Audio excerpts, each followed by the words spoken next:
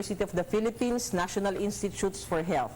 Ito po ay nangangahulugan na mas marami pa ho tayong magagamit na testing kits at madadagdagan ang ating testing capacity dito sa ating bansa. On healthcare workers protection, kahapon po isang frontliner na naman ang nakaranas ng diskriminasyon at harassment. Amin pong mariing ikinukondena ang mga ganitong pangyayari. Ang mga healthcare workers at iba pang frontliners ang tumutulong sa atin upang maitawid natin ang ating bayan sa krisis na ito.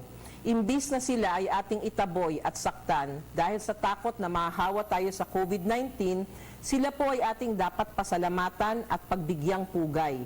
Ang kanilang dedikasyon at serbisyo sa bayan ay walang katumbas. Kamakailan lamang ay pinatupad ng local government ng Maynila ang Ordinance Number 8624 o ang Anti-COVID-19 Discrimination Ordinance of 2020. Ipinagbabawal ng ordinansang ito ang anumang uri ng diskriminasyon sa mga biktima ng COVID-19, maging mga patients under investigation, persons under monitoring at mga health workers at frontliners sa lungsod ng Maynila. Isang magandang hakbang po ito upang maiwasan natin ang hindi magagandang pagtrato at paggawa ng krimen laban sa ating mga kababayan na nabibiktima ng sakit na ito at mga frontliners na patuloy na lumalaban sa COVID-19. Hinihikayat po ng ating kagawaran ang iba pang local governments na magpatupad ng kagaya nitong ordinansa. Naway bigyan natin ng angkop na pagpapahalaga at proteksyon ng ating mga healthcare workers. Ano po ba ang dapat nating gawin kung gusto natin magpa-admit sa isang ospital? Amin din pong pinapaalala na kung kayo po ay mayroong simptomas o iba pang katanungan tungkol sa COVID-19, meron na po tayo ngayong telemedicine hotline na inilunsad ng Philippine General Hospital kung saan maari po ninyong makausap ang ating mga healthcare professionals upang matugunan ang inyong mga pangangailangan at katanungan. Tumawag lamang po kayo sa kanilang 24/7 hotline na 155-200. Ulitin po natin, ito po ay 155-200. Ito po ang telemedicine hotline ng PGH. Ang Lung Center of the Philippines naman ay nilunsad din po kamakailan ang kanilang online consultation platform sa Facebook na tinatawag na Ask Force. Malaki po ang maitutulong ng mga platforms na ito upang mabawasan ang ating risk of exposure sa COVID-19. Dahil hindi na po kailangan pumunta sa ating mga public spaces o sa mga ospital or private clinics tulad ang ating mga kababayan para sa kanilang mga katanungan o di kaya para sa mga simpleng konsultasyon.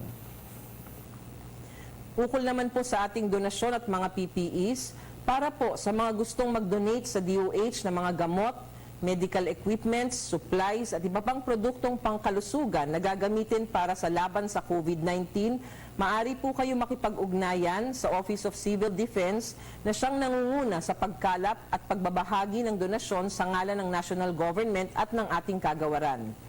Nais po din naming linawin na maaari po kayong dumiretsyong magbigay sa ibang mga ahensya ng pamahalaan, opisina, state colleges o universities, government-owned and controlled corporations o mga pampublikong ospital. Hindi po ito kailangang dumaan sa OCD. Isang paalala lamang po sa mga health facilities na nangangailangan ng mga personal protective equipments, maaari po kayong mag-email ng inyong request sa covid19logistics@gmail.com upang makapaglaan po kami ng PPEs para sa inyo. Uulitin ko po, lahat po ng may nangangailangan ng PPE sa iba't ibang facilities sa ating bansa. Mag-email po kayo sa covid19logistics@gmail.com. Ang updates naman po natin para sa ating batas, Bayanihan to Heal as One. Nais po namin ibalita sa inyo na kamakailan lamang po ay nag-anunsyo ang PhilHealth or ang Philippine Health Insurance Corporation na sasagutin na po nito ang kabuuang gastos ng pagpapagamot ng lahat ng COVID-19 cases hanggang April 14. Ayon sa PhilHealth, maglalabas po sila ng panibagong guidelines matapos ang April 14 coverage. Alinsunod din sa Bayanihan to Heal as One Act, sasagutin ng PhilHealth ang lahat ng gastusing medikal ng lahat ng healthcare workers at iba pang mga personnel na nagtatrabaho sa mga health facilities kung saan nag-aalaga ng mga COVID-19 patients. Ang mga benepisyo para sa mga healthcare workers ay magpapatuloy kahit paglagpas ng April 14. Para naman po sa ating case updates today on April 4, 2020, ang bilang po ng COVID-19 sa ating bansa ngayong Sabado ay as of 4 p.m. po ito, meron po tayong 76 na naitalang bagong kaso ng COVID-19 positive patients. Ang total po ng COVID-19 positive cases natin sa bansa ay 3,094. Nakapagtala rin po ng 5 karagdagang pasyenteng nakarecover mula sa COVID-19. Meron na po tayo ngayong 57 recoveries as of today. Subalit 8 po sa ating mga kababayan ang naitala na pumanaw dahil sa COVID-19. Ang total number of deaths ay 144. Kami po ay nakikiramay sa mga pamilya at kaibigan na naulila ng ating mga kababayang pumanaw dahil sa virus na ito. Para po sa mga kaukulang detalye ng mga bagong kaso ng COVID-19 sa ating bansa, maaari po tayong magtungo sa live COVID-19 case tracker ng DOH. Ang ating live tracker po ay maa-access online sa www.ncovtracker.doh.gov.ph. Magtutungo naman po tayo sa ating question and answer galing po sa ating social media at ang ating media partners. Galing po kay Jerome Newland ng Facebook. Can surgical mask be washed to destroy the coronavirus using detergent, hot water, leaving in the sun, or any other way? How to clean other types of masks? So tinatanong po ni Jerome kung maaari daw pong ugasan o labhan ng mga surgical mask na ginagamit natin para matanggal yung coronavirus kung sakasakali. Ang mga surgical mask po ay isang beses lang maaring gamitin. Hindi po ito maaring linisin sa pamamagitan ng detergent, mainit na tubig o sa kahit anong pamamaraan dahil maaari pong itong masira at mawala ng bisa. Nais din po nating ipaalala sa publiko na ang N95 mask at iba pang respirator ay pawang para sa mga healthcare workers lamang na direktang nag-aalaga ng ating COVID-19 patients. Ito po ay huwag nating gamitin kung nasa komunidad lang tayo at ireserba na lang po natin para sa ating mga healthcare workers. Ang mga cloth mask ay maari pong laban. Ito po yung ginagamit sa pang-araw-araw, nakikita natin sa ating mga kapitbahay, yung para pong tela. Ngunit pinapaalala po natin na ang cloth mask ay hindi kasing epektibo ng ating surgical mask sa pag-filter ng mga maliliit na mikrobyo.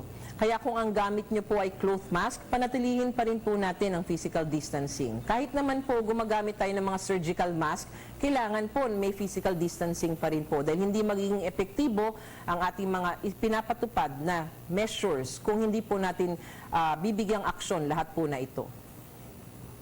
Galing po kay Dr. Laila Celino, City Health Department, National Capital Region Health Promotion Unit. Since approved na po ang test kits ng UPNIH, exclusive lang po ba ito for DOH? Can LGUs buy kits also? If ever sa kanila po ba dadalhin ng specimen, may mga laboratory or examining fees po ba? Sino po ang makakasagot nito? So tinatanong po ni Dr. Laila, galing po sa ating opisina ng National Capital Region, ukol po dito sa bagong naaprubahan na test kits galing po sa UPNIH. Tinatanong niya po kung sino po ang pwedeng gumamit, kung pwedeng maka-access ang local governments at kung may bayad daw po ito. Hindi po eksklusibo sa kagawaran ang testing kits ng UPNIH. Ngunit nais po namin linawin na ang mga test kit ng UPNIH ay PCR test din po sila at hindi rapid test. Ibig sabihin, maaaring gamitin lamang ang ating mga certified na COVID testing laboratories at facilities para magamit itong testing kits ng UPNIH. Ang advantage po nito, mas mababa po ang halaga ng mga testing kits na ito. Naaabot lamang po sa 1,300 pesos bawat kit. Kumpara po sa 8,000 piso sa bawat isang PCR kit. Ang unang mga test kits na maaring magproseso ng 26,000 na galing po sa UPNIH ay ipapadala po sa mga sumusunod na ospital. Philippine General Hospital, Makati Medical Center, The Medical City, Vicente Soto Memorial Medical Center, Southern Philippines Medical Center at Baguio General Hospital. Gagamitin ito mula sa April 4 hanggang April 25. Sagot po ng funding ang proyekto na ito ng DOST at UP-NIH. Ang susunod na mga test kits na kayang maproseso ng 94,000 na test ay maaari na pong bili ng ating mga certified COVID testing laboratories mula sa Manila Health Tech. Galing po kay Nona Velasco ng Facebook, di ba may mga barangay health stations na ginawa ng J-Bros? Bakit hindi niya ito ginagamit? Naririnig ko sa radyo na pwede nyo naman silang bayaran ng 2.4 billion ayon sa Bayanihan to Heal as One Act. Gusto po naming linawin na ang mga barangay health stations na ito ay may sukat lamang na 6 hanggang 8 metro at hindi nakakapag-accommodate ng mga maraming tao. Ito ho ay makakapag-accommodate lang siguro ng 2 hanggang 3 tao. Hindi po siya papasa sa ating standards dahil maliit po ito masyado. Nililinaw din po natin na ito ay nagsimula bago pa man magkaroon ng COVID. Kaya po ang specifications ng ating mga BHS ay hindi tutugma sa pangangailangan natin dito sa ating mga COVID-19 patients. Habang ang ating mga local government units naman ay nag-oorganisa ng malalaking community quarantine facilities tulad ng mga auditoriums, gymnasiums at open fields upang mainam at mabilis na matugunan ang mga pangangailangan ng ating COVID-19 patients. Pangalawa, ang issue sa paggamit ng ating barangay health stations ay ang infection control. Kailangan po merong at least 2 metro na pagitan sa bawat higaan ng pasyente. Hindi magiging efficient ang ating gobyerno sa paggamit ng mga maliliit na pasilidad na ito. Tayo naman ay may mga rural health units sa lahat ng mga munisipyo kung saan maaring pumunta ang ating mga kababayan para magpakonsulta. Pangatlo, meron po tayong nakabinding kaso kaugnay ng proyektong ito na paulit-ulit naming ipinapaalala sa ating kontraktor. Nakaabang na po tayo sa magiging desisyon ng Kortes sa bilang ng units na natapos ng ating kontraktor, bilang ng mga pasok sa ating standards, gayon din kung magkano ba ang halaga ng dapat bayaran ng DOH sa kanila. Hanggat wala pa po ang desisyong ito, hindi po makakapaglabas ng pondo ang kagawaran para bayaran sila. Tungkol naman po sa 2.4 billion pesos na itinatanong nyo, na wini-waive di umano ng contractor out of goodwill, medyo mahirap pong ipaliwanag dito kung ano po ang sitwasyon na ito dahil katulad ng sabing ko nga po, nasa korte po ito. Ngunit ang masasabi natin, iilan lamang po ang naitayo nilang barangay health stations. Kaya't pinayuhan kami ng aming mga abogado galing sa Office of the Solicitor General na wala silang right to waive na 2.4 billion or any amount mula sa kontrata dahil hindi naman po nila ito natapos. Hinihikayat po namin ang JD Legazpi na alam po naman namin na nakakausap ng ating contractor madalas na sana po matapos na lang po nila yung ating ospital, yung Fabella Hospital. Ang ospital po na ito ay pinagawa natin upang maging pinakamalaking maternity hospital sa Asia. Kung matatapos lang po ito ng May 20 o mas maaga pa, ayon sa aming kontrata, ito'y tiyak na magagamit ng mas maraming Pilipino sa pagtugon sa COVID-19. Galing po kay Sheila Crisostomo ng Philippine Star, ilan pong Chinese experts ang expected dumating bukas, April 5? Anong partikular na kanilang gawin para makatulong sa pagsugpo ng COVID-19? Hanggang kailan sila dito sa Pilipinas? Sheila, bukas dadating ang ating mga experts, 12 sila. Sila ay mga doktor at mga nurses. Sila ay mag-oobserba at magbibigay ng rekomendasyon na angkop sa hakbang upang mapabuti ang ating infection prevention and control, critical care at laboratories. Sa mga susunod na araw, nakatakda po silang pumunta sa RITM, sa San Lazaro Hospital at sa Lung Center of the Philippines. Mananatili lamang po sa ating bansa ang ating mga Chinese experts hanggang April 19. Galing kay Joe Vicky ng Inquirer, compared to our ASEAN neighbors, the Philippines has the lowest recovery rate at 1.72%. Globally, the recovery rate is at 21%. Can the DOH explain why is this so and what is the department's plan to improve our numbers? Jovic, mukhang mali ang iyong kalkulasyon sa pagtukoy ng recovery rate. Ang recovery rate po ay hindi kino-compute na number of cases recovered over the total number of cases. Katulad po ng ginawa niyong pagko-compute na 57 over 3,094. Ang ginagawa po dapat dito ay makompute mo ang number ng mga cases na nakarecover over the number of cases plus the number of those dying. This is the denominator we should use kasi pinapakita nito kung ilan talaga ang naresolba na COVID cases that already had an outcome. Patuloy lang po ang capacity building natin sa ating mga ospital para higit na nilang maalagaan ang ating mga COVID patients. Salamat po sa mga nagpadala ng mga katanungan. Ito lang po ang masasagot natin ngayong araw. Ang iba pa pong mga katanungan ay sasagutin natin sa mga susunod na virtual pressers. Patuloy pa rin po ang ating laban para siguraduhin ang kaligtasan at kalusugan ng bawat Pilipino. Manalig po tayo na sa ating pagtutulungan, atin pong malalagpasan ang sitwasyon na ito. Ngayong paparating na po ang Semana Santa, sana po ay hindi pa rin natin makalimutan ang mga paalala ng kagawaran ng kalusugan habang ginugunita natin ang mahalagang okasyon na ito. Alam po natin na nakasanayan na ng mga Pilipino ang pagtitipon-tipon ng pamilya tuwing Semana Santa. Ngunit mahirap po ang ating pinagdadaanan ngayon kaya dahil sa COVID-19, so kami po ay nakikiusap. Manatili po muna tayo sa bahay, manood na lamang po muna o makinig ng misa sa telebisyon. Tulad nga po ng nabanggit kahapon, nakadepende po ang bansa natin sa ating lahat. Tayo po ang mga frontliners din sa laban na ito. Ang health system po ay ating second line of defense. Nasasalo po sa atin sa mga magkakaroon ng COVID-19. Kaya't inaanyayahan ko po kayong lahat, tayo po ay magtulungan sa pagsusugpo ng COVID-19. Ipinapaalala rin po namin uli na ugaliing mag-fact check. Tumingin tayo sa verified at legitimate sources at siguraduhin tama ang impormasyon bago i-share. Tandaan po natin, buhay at kaligtasan ang nakasalalay sa bawat click at share natin sa social media. Maging mas maingat sa pagpapakalat ng impormasyon, lalo na sa ganitong panahon. Para po sa karagdagang impormasyon at mga updates, pumunta lamang po tayo sa Facebook page ng DOH o di kaya sa DOH Viber Community at subaybayan po ang ating Beat COVID-19 Virtual Presser. Nagpapasalamat din po kami sa PTV4 sa pagbibigay daan upang maisagawa natin ang virtual presser ng kagawaran ng kalusugan araw-araw.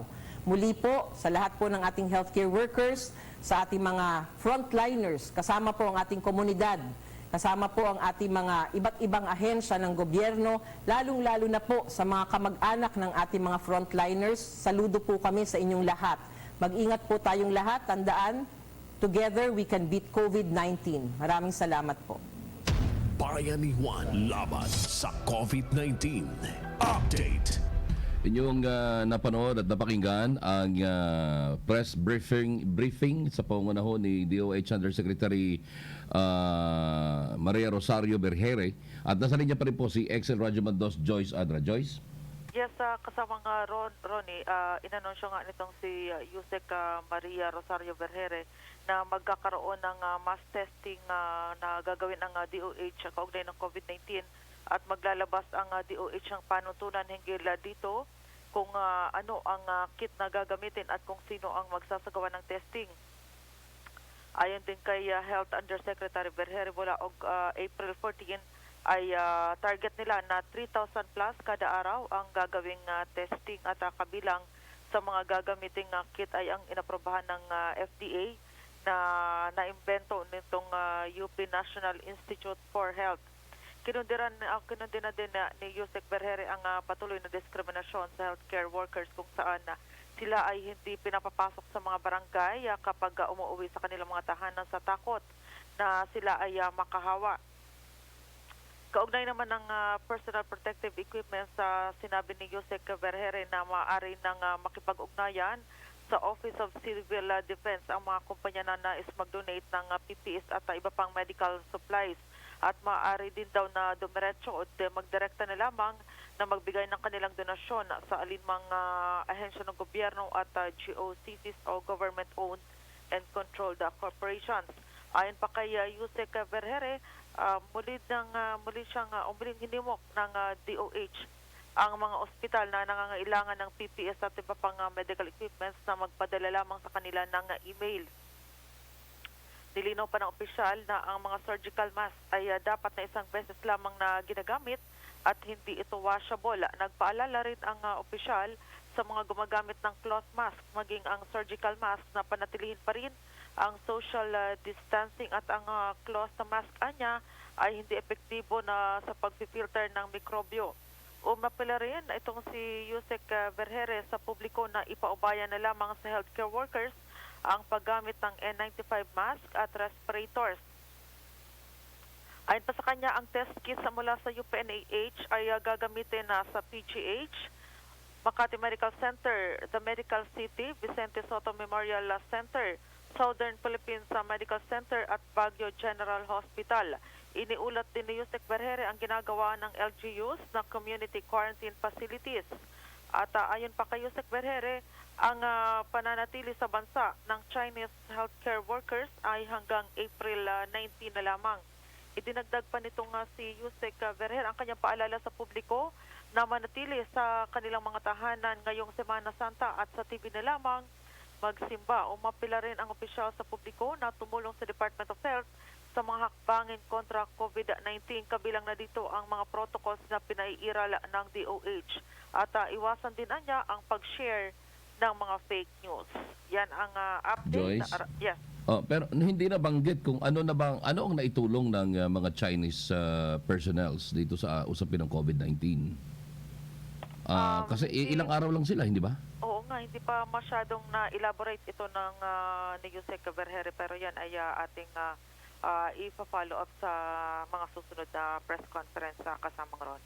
And then by katapusan, sabi niya, by April 30, target nila na at least hanggang 10,000 na mga tests ang kanila magagawa, right? Every day. Yes, tama yan. Kasamang every Ron, day. lalo na nadagdagan na yung mga laboratories na may kakayahan na magsagawa nitong COVID test kasamang Ron. Tama dyan. Pero ang tanong is, by April 14, malilift na yung ban, right? Although mayroong mga isinusulong ngayon na magkaroon ng maximum of 14 days na extension, kagaya na sinasabi ni Secretary Galvez, na 14 days extension. Oo, which, ayan ay dadaan pa yan sa masusing assessment kasamang Ronnie ng Interagency Task Force, ano? At kasama dyan ang Department of Health. Yun na nga eh. Kasi kahit ako sa sarili ko, sabi ko sa pamilya ko, kahit na malift yan by April 14, if you mind, extend kayo dyan, wag muna kayo maglalabas hanggang sa katapusan na. To make Tama sure. yan. Tama Kasi, yan, kasamang Ronnie. Ako rin, kung i-extend yan, pabor din ako dyan. oo, kasi baka Dahil, mamaya, di ba, we don't even know yet kung ito bang mga itetest nila na ito, ano ba ito? Dagdag ba ito doon sa kabuuan? O ito ba yung dati ng mga naka-file na doon, mga nakahani na dapat nilang itest? O baka naman habang lumilipas ang araw ay nadadagdagan naman ito na nadadagdagan. So hindi pa rin natin pwedeng sabihin na i-lift na yung quarantine. So anong magiging sitwasyon natin diyan, hindi ba ga? Oo. Sa tingin ko rin, mukhang alanganin pa kasamang Ronnie na malift na ng April 14 itong quarantine na ini-implement, itong enhanced community quarantine. No? Mukhang hindi pa talaga kaya sang-ayon ako sa sinasabi mo kasamang Ron. Yun na nga mahirap eh. Baka paglabas mo, you're very complacent na okay na to, di ba? So, baka nga kasamang Ron, baka nga kahit matapos na itong, kahit tumupa na ng tuluyan, itong virus na ito, baka paglabas natin, lahat tayo, lagi nang naka-social distancing na at lahat maganda tayo yun. naka-mask. Maganda yun kasi it's a good habit. Magandang habit yun. At least hindi lang yung corona or baka ibang virus din ay maiiwasan din natin kasi hindi lang naman corona yung virus eh. Marami namang klase yung virus. Yun ang mataas din ang kaso nito sa ating bansa at marami din ang namamatay sa TV sa kada araw. At ang mas magandang epekto niyan, kung nasanay na rin lang tayo na walang sasakyan sa EDSA, di at least baka di na sila magsilabas. Yan ang magandang balita na nakakapanibago. Napakaluwag ng mga kalsada. Kaya lang nakakatakot sa gabi. Parang, it's like yung ghost town talaga. Parang ghost town talaga. Imagine alas 12 hanggang alas 12 ng tanghali, wala nang mga lumalabas na tao eh. Sumilip ako kagabi sa EDSA. Bumaba ako mga alas 9 yata kung di ako nagkakamali. Alas 9 ng gabi. Alas 9 ng gabi. Ibang-iba. Alam mo yung pakiramdam mo. Hindi busy street ang makikita mo. Hindi walang tao, walang sasakyan. Kaya sabi ko, parang mahirap naman din na maging ganito naman tayo. But on the other side of the coin, maganda naman yung epekto nito na masanay tayo maging maarte sa katawan because that is very important. Tama yan. Maging malinis sa katawan. Yung panatiling paghuhugas ng kamay. Tama at yung dyan. pagmamask pagka nasa mataong lugar o nasa public transportation, importante kasamang Ronnie. Yun lang, ang pag-aralan is kung magandang epekto nito, masanay tayo ng ganyan, pag-aralan nila ay kung papaanong magiging tuloy-tuloy ang buhay na kumikita yung ating mga kababayan. Kasi we can't afford na buong panahon nating kakarguhin ng gobyerno ang ating mga kababayan, right? So, hindi kaya eh. Ngayon pa nga lang namumroblema na tayo kahit na sabihin mo naka-adjust na. Hindi naman tayo gaya ng Amerika na meron tigwa $1,000 per head per adult at $500 per head per child. Walang ganon eh. Wala. Sa Amerika yon, kaya nila yung ganon. Pero sa atin, hindi natin kaya yung ganon. Yung 5,000 na nga lang, Kakakupitan pa. Oo. Wait, nagtaka mo sa Palawan, 3,000 lang daw matatanggap nila. Okay, can you imagine Laki that? pala ng bat sa Palawan. Ala. Kaya sabi ko, teka muna, hindi ba yung 5,000 yun yung pinakang-bottom? Kung mayroong adjustment dahil doon sa regional wage, kasi depende sa rate di ba? Basta yung 5,000, yun ang pinakamababa. Kung may adjustment dyan, so kaya nga 5,000 to 8,000 eh. So depende kung magkano ang sweldo dyan sa inyo. Oo, depende sa assessment ng DSWD. Correct. Oo. Anyway, maraming salamat Excel Radyo Mandos, Joyce Adra. At sana nga sana'y malinawan pa yung iba mag-iipon ako ng mga tanong na pwede mong ipukol sa social. Ang mahirap lang kasamang Ronnie. Sa mga pino-forward namin na questions, ilan lang yung na-accommodate ng DOH. Because of the limited time. Pero okay yan, isisend lang natin ang isisend. Pero nasasagot ba nila online kahit na papaano? Although hindi nila nasasagot doon sa press briefer, nasasagot ba nila online kung may tanong tayo sa kanila? Wala, kasamang Ronnie. Kaya minsan napapagod na rin kami kakapost ng ng question sa Viber group ng DOH at ng media. Sino yung sino yung admin niyan? Madalas sinzoned lang kami ng DOH. Dapat may admin diyan para naman sila mga tanga pagka ganyan-ganyan. Naglagay pa sila ng ganun, pala sila sasagot. Kaya medyo napiko na rin yung ating mga kasama sa industriya. Medyo talagang hindi na nagkakaroon na kami ng sagutan minsan sa sa Viber yung ating mga kasamahang reporter sa DOH medyo Pardon my word kanina. na minsan. Nagmumukha tayong TAN-GA niyan. Imantakin mo kung may TAN-GA na admin yung kanilang Viber group, dinadamay pa tayo. Kasi tayo nagtatanong. Buti sana kung yung tanong natin Kaya minsan nakakasawa din magtanong ng magtanong tsaka mag-forward ng mga info Correct. Oo, lalo na tayo. Maraming mga doktor na nagpo-forward sa atin ngayon ng mga info sa iba't ibang lugar. Pero ang hirap din Ang hirap ding basta na lang bilhin natin yung mga impormasyon na kukuha natin Kasi sa dulo, kagaya niyan, ipipm ko na lang sa'yo, ayokong banggitin sa ere. Anyway, so ngayon ay meron na tayong kabuuang 3,704 na mga positibo sa COVID-19. Oo, kasama nga 76 yung bago. Pero paano siguro ay ngayon 5 yung naka-recover. Di tulad ng mga nakarang araw, napaisa-isa lang. Kaya medyo nakakalaglag ng balika talaga ito. Oo nga Imagine, nasa 2% lang Oo, 2%. Nakakapanghina na makikita mo na paisa-isa lang yung nakaka-recover. Napakabagal ng recovery. Correct. Kasamang Ronnie. So 144 death, may 8 na dagdag. So yung recovered natin, naka 57 na, kahapon 52. So may nadagdag na 5 ngayong araw na ito. May nadagdag na 5 naka-recover kasamang Ronnie. Dapat may na-maximize na. Paano ba ito nakaka-recover itong mga ito? Dapat tinatanong nila para maituro doon sa iba, di ba? Oo. Mag-share na lang ng mga information. Correct. Compare notes na lang. Ang problema ay tinatago kasi nila. Well, siguro nga dahil ayaw na lang sila ma-discriminate. Yun ang nangyayari. Kakaroon discrimination pagka galing ka sa sakit na COVID, iniiwasan na ng iba. Kala nila sila mahahawa na. Anyway, maraming salamat Joyce Adra at mabuhay ka. Yes, ingat ka kasamang Ronnie. Radyo Mandos, Choice Colyatas Adra, Tatak Armen, DCXL 558. Bayanihan laban sa COVID-19. Update. At yan mga karadyo, ang mga kaganapan doon sa Department of Health. At tabayanan pa ninyo ilang pa mga ilang pa mga mainit na balita dito pa rin sa DCXL 558, ang inyong radyo trabaho. Ako po si Radyoman Ronnie Ramos, oras 5:42 ng hapon.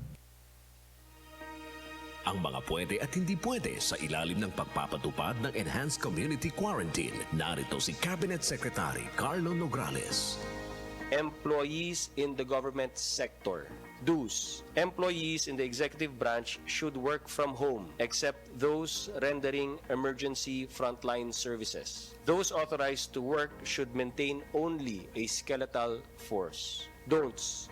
No travels, no events, no trainings allowed. Travel in and out of the Philippines. Do's. Filipinos